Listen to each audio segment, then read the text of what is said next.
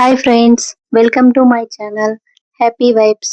ఈ వీడియోను చివరి వరకు తప్పకుండా చూడండి. చాలా మంది వారాహి నవరాత్రులు చేసుకోవాలనుకుంటారు. చేసుకుంటే మంచిదా లేకపోతే ఎలా అని అడుగుతారు. ఇంకా కొంతమంది 9 రోజులు దీక్షలో ఉండాలా, 5 రోజులు దీక్షలో ఉండాలా, 3 రోజులు దీక్షలో ఉండాలా, ఒక్కరోజు దీక్షలో ఉండాలా, కొంతమంది అడుగుతారు. ఈ నవరాత్రులు చాలా తక్కువ మందికి తెలిసే అటువంటి నవరాత్రులు. అయితే సోషల్ మీడియా చేయబట్టి చాలా మందికి తెలిసింది.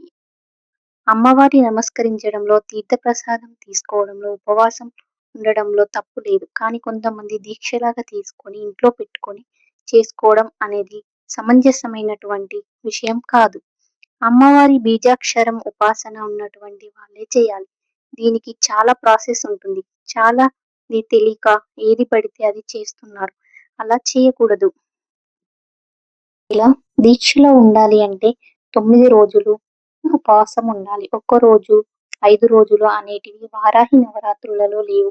మనం ఏది పడితే అది చేయకూడదు. మన కుటుంబం దినదిన అభివృద్ధి చెందాలి అంటే మీరు నమస్కరించుకోండి, మనసులో స్మరించుకోండి, తప్పు లేదు. ఉంటే 9 రోజులు ఉపవాసం ఉండండి, తప్పు లేదు.